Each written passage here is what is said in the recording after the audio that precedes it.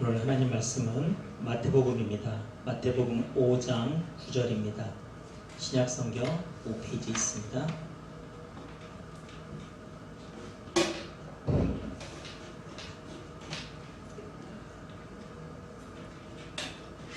마태복음 5장 9절 신약성경 5페이지입니다.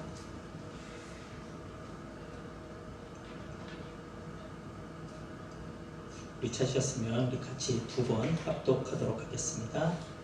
화평하게 하는 자는 복이 있나니 그들이 하나님의 아들이라 일컬음을 받을 것이며. 한 번 더 읽겠습니다. 화평하게 하는 자는 복이 있나니 그들이 하나님의 아들이라 일컬음을 받을 것이며. 아멘. 요 며칠 우리나라에 대선 관련 뉴스 외에 크게 다루어졌던 기사가 하나 있었습니다. 그게 뭐냐면 민주주의 정상회의였습니다. 여러분, 민주주의 정상회의 들어보셨습니까? 이게 뭐냐면요, 미국의 바이든 대통령이 민주주의 정상회의라는 그 이름 아래 한국을 포함한 약 110개국 정부와 시민사회, 민간 분야 관계자들을 초청해서 영상회의를 한 것입니다. 그런데 이 회의에 대해서 미국의 그 뉴욕타임즈가 이렇게 얘기를 했어요. 초청해야 하는 대상과 초청해서는 안 되는 대상을 어떻게 구분하는지에 대한 어두운 의문이 있었다. 그러니까 그 기준이 명확지가 않았다는 것입니다. 현재 미국과 적대관계에 있는 중국과 러시아가 빠지는 것은 당연하다고 볼 수 있지만, 바이든 행정부는 폴란드와 필리핀, 나이지리아와 같이 권위주의에 가까운 것으로 평가되는 나라들 등 초청했다. 반면 북대서양 조약기구 회원국인 터키와 헝가리는 배제했다. 비평가들은요, 미 국무부가 인권 문제를 제기해온 필리핀이나 파키스탄과 같은 나라들이 초청 대상에 포함된 것에 대해서 굉장히 의문을 가졌어요. 그리고 본질적인 그 질문에 직면하게 됐는데, 그것이 뭐였냐면 바로 미국이 민주주의의 개념을 어떻게 정의하고 있는지에 대한 설명이 전혀 없다는 거예요. 그러니까 민주주의 정상회의인데 그 기준이 명확지가 않았다는 거예요. 어디까지, 어떤까지가 민주주의로 규정하고 있는지에 대한 개념이 불분명하다 보니까 지금 그 회의에 대해서 중국이나 러시아는 또 굉장히 좀 막 분노하고 있죠. 반대의 목소리가 굉장히 많이 나왔습니다. 지금 전 세계는요, 중국과 미국 양 진영의 무역전쟁으로부터 시작된 경제전쟁이에요. 그리고 또 코로나 사태까지 지금 퍼지면서, 코로나 사태는 뭡니까? 사기 선진국 몇 %가 백신의 거의 대부분을 다 지금 사용하고 있다는 것이죠. 후진국, 아프리카 쪽에 있는 어려운 나라들은 지금 백신을 거의 접종받지 못하고 있다는 거예요. 그래서 우리도 이번에 지금 나이지리아에서 그 갔다 오신 분들이 문제가 된 게, 나이지리아가 백신 접종률이 10%도 채 안 됐다고 하지 않습니까? 그러다 보니까 지금 전 세계가 서로를 향해서 굉장한 지금 적대감을 이제 표출하고 있다는 것입니다. 지금 우리나라도 그렇지 않습니까? 코로나 방역 문제로 지금 방역 단계를 강화하자니 자영업자나 또 우리 음악하는 사람들은 타격이 너무 크죠. 그렇다고 해서 안 하자니 이거 뭐 매일매일 확진자가 뭐 이제는 7,000명은 우스습니다. 지금 어떤 그 감염학자들에 따르면 올 연말에 잘못하면 10,000명 오면 30,000명까지도 얘기를 하고 있어요. 그런데 우리는 지금 서로 자신의 입장에서 자신의 유익에 따라서만 목소리를 내다 보니까 이제는 그 양측의 갈등이 점점 또 심화되고 있습니다. 또 대선이 얼마 남지 않은 상황이다 보니까 각 진영에서 상대 후보에 대한 비방과 또 온갖 거짓 기사가 난무하고 있습니다. 여러분, 지금 우리는 이러한 현실 속에서 살고 있다는 거예요. 서로가 서로를 어떻게 하면 못 잡아먹어서 난리인 이런 현실 속에서 우리는 살고 있습니다. 요한계시록 6장 4절에 이런 구절이 있더라고요.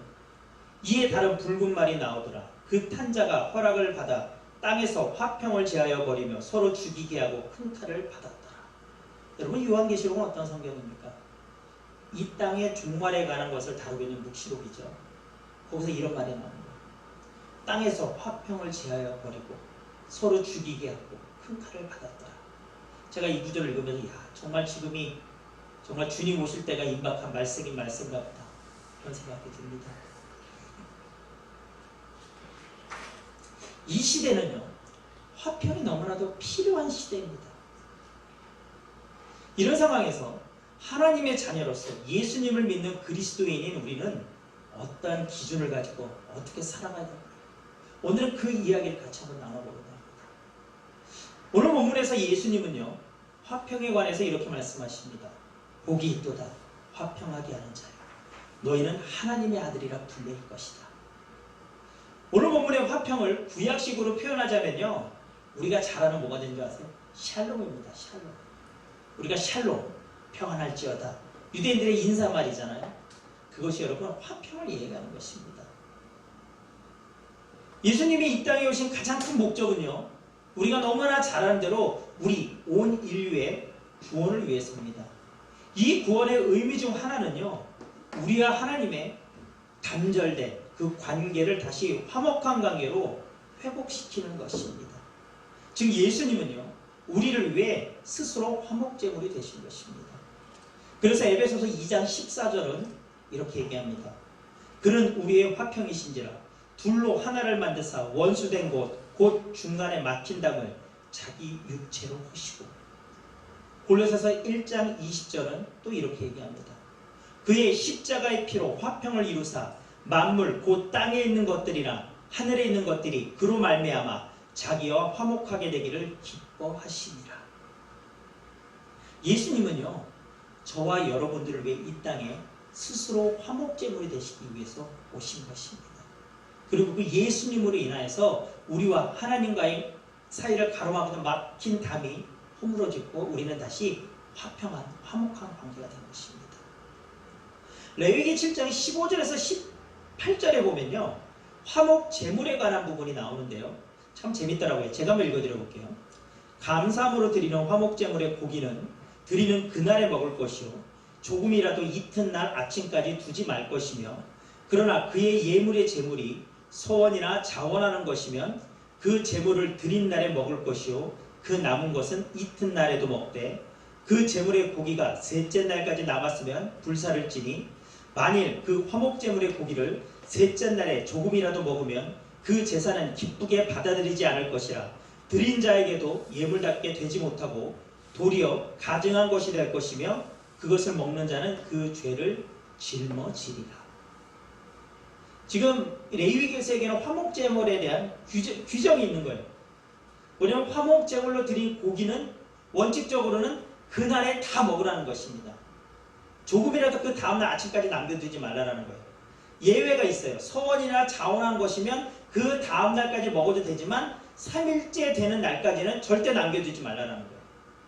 3일, 그 이유가 뭐냐면 그렇게 되면 3일째까지 그 제물로 썼던 고기를 남겨두면 가증하게 되기 때문이라고 나와요. 근데 여러분 왜 그럴까요? 왜 고기를 당일날 다 먹어야 되고 많이 받아서 그 다음날까지는 다 먹어야 된다고 할까요?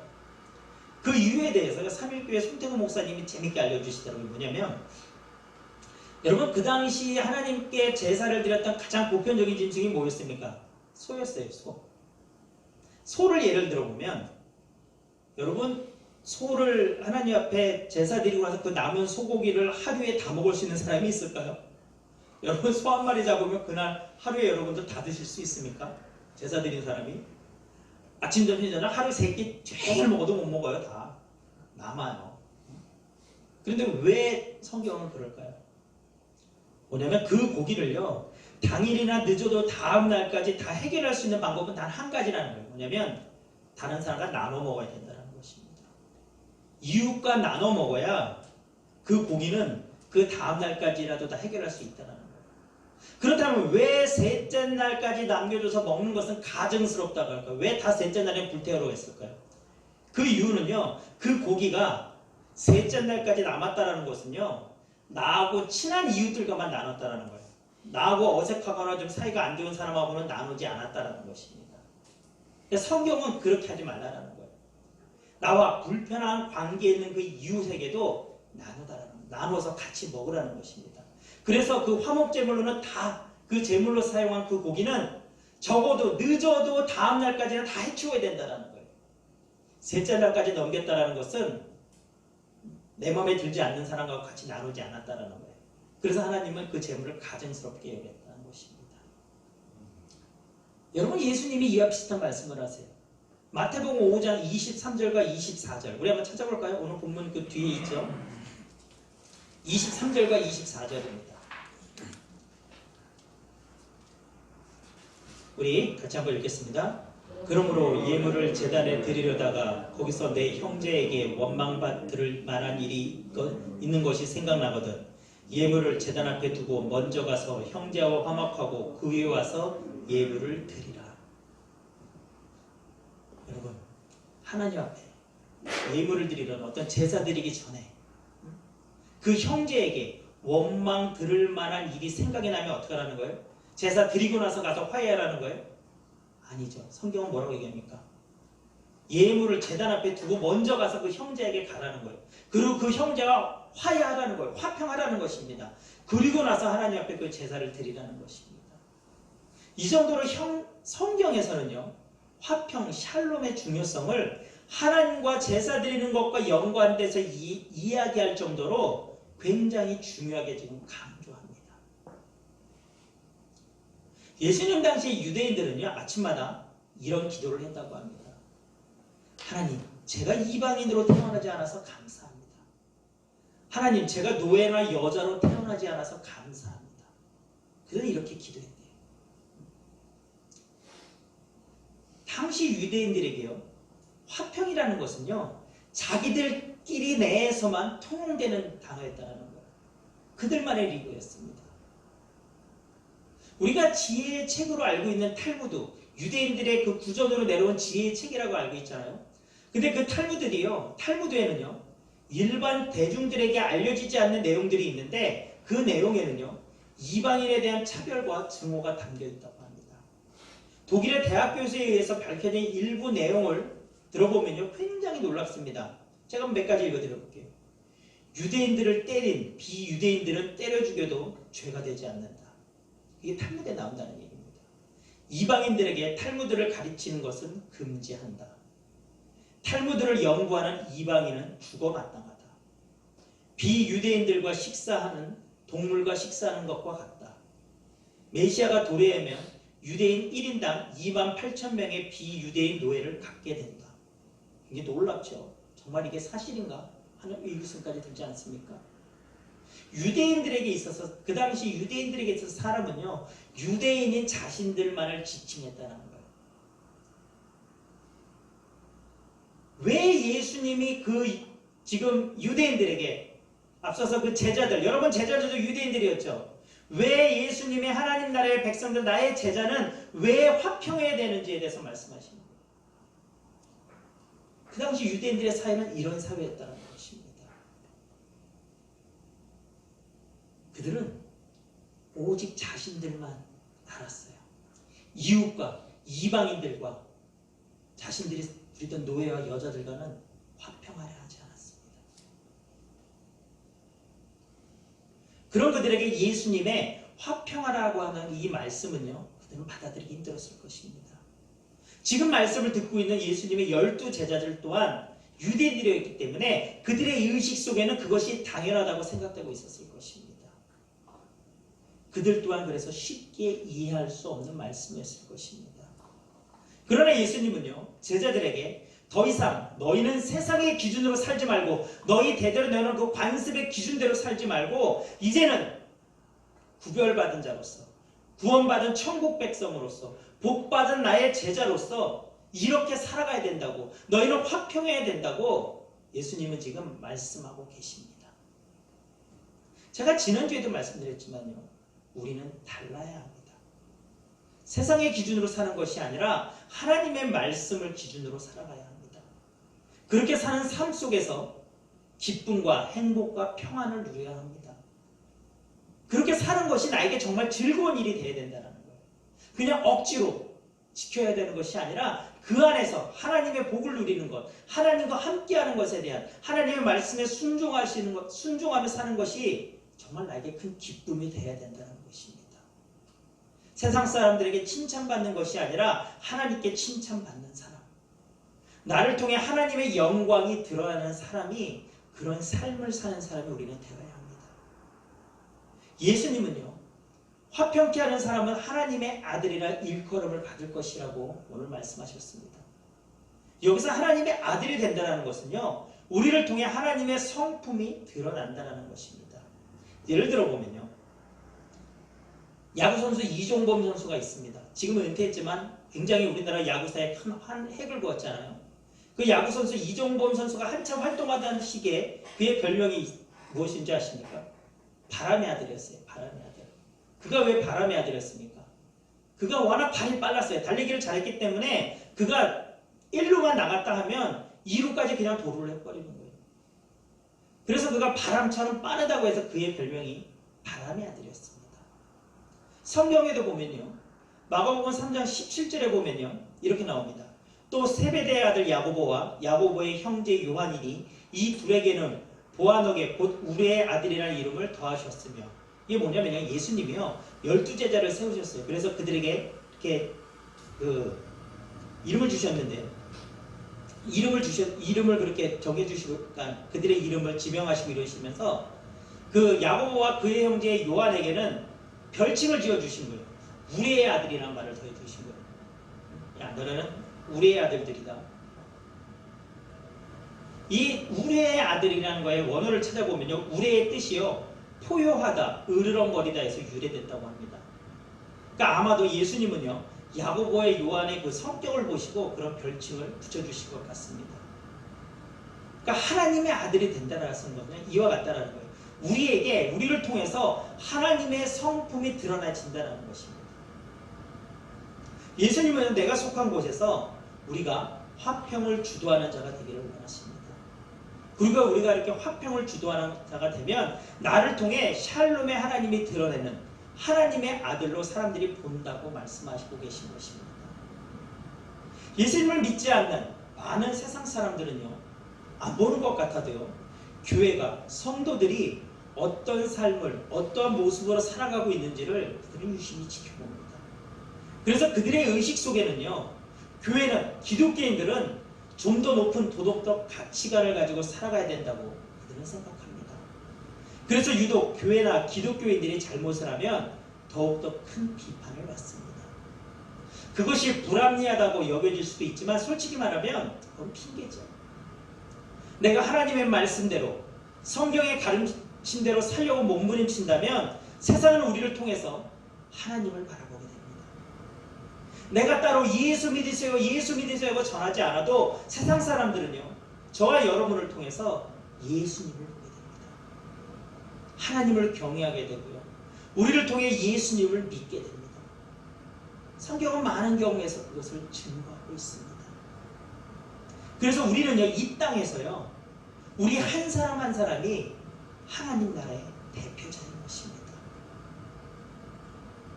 고린도후서 5장 17절에서 20절에 이렇게 나옵니다. 우리 같이 한번 찾아볼까요? 신약성경 291페이지입니다. 고린도후서 5장 17절에서 20절, 신약성경 291페이지입니다.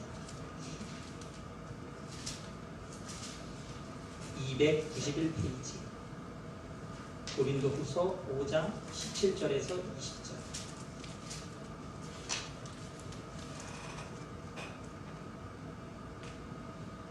같이 한번 찾으셔서 우리 한 목소리로 합독하겠습니다.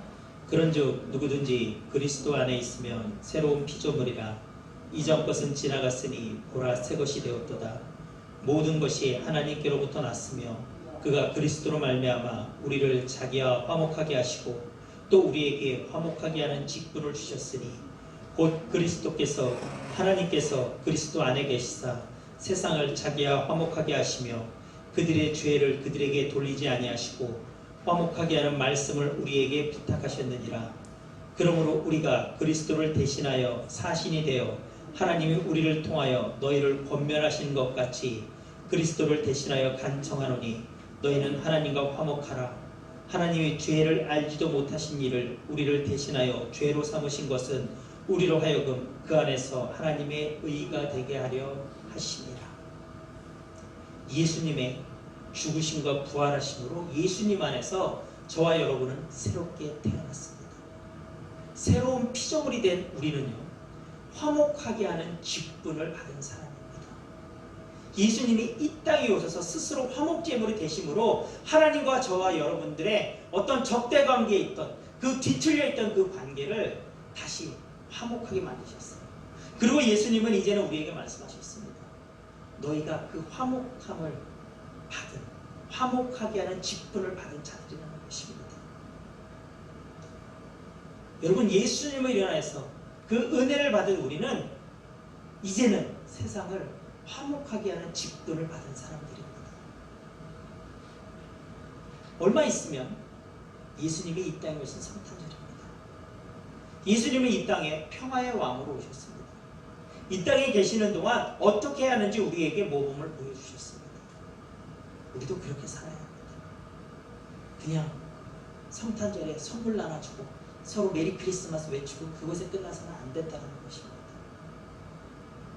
내가 있는 곳에 시기와 분쟁이 생기는 것이 아니라 화목의 꽃이 피어나야 합니다. 화목의 열매가 맺혀져야 합니다. 그곳에서는요, 하나님의 사랑이 흘러나와야 합니다. 내가 분쟁을 만드는 주동자가 아니라 그 분쟁을 화목하게 만드는 평화의 해결사가 저와 여러분은 되어야 합니다.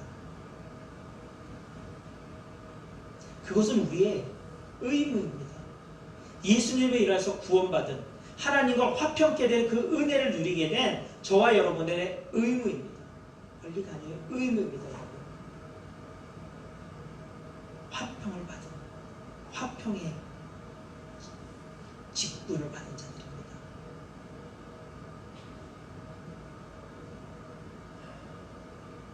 우리를 통해 하나님이 드러나도록 살기 원합니다. 세상 사람들이 야, 너를 보면 나도 예수님 믿고 싶어. 나도 교회 한번 가보고 싶어. 여러분, 우리 그런 사람이 되어야 되지 않겠습니까? 야, 너는 교회 다니는 애가 왜 이러냐? 여러분, 우리 이런 말 들으면 안 되지 마요. 저와 여러분은 한 사람 한 사람이 하나님 나라의 대표자입니다. 화평의 직분을 받은 자들입니다. 그 은혜가 예수님으로 인하여서 받은 그 은혜가 이 시간 저와 여러분들에게 넘치고 그 받은 바 그 은혜를 세상으로 흘려보내는, 그래서 하나님의 자녀들이라고 불리는 저와 여러분의 되길 주님의 이름으로 축원합니다.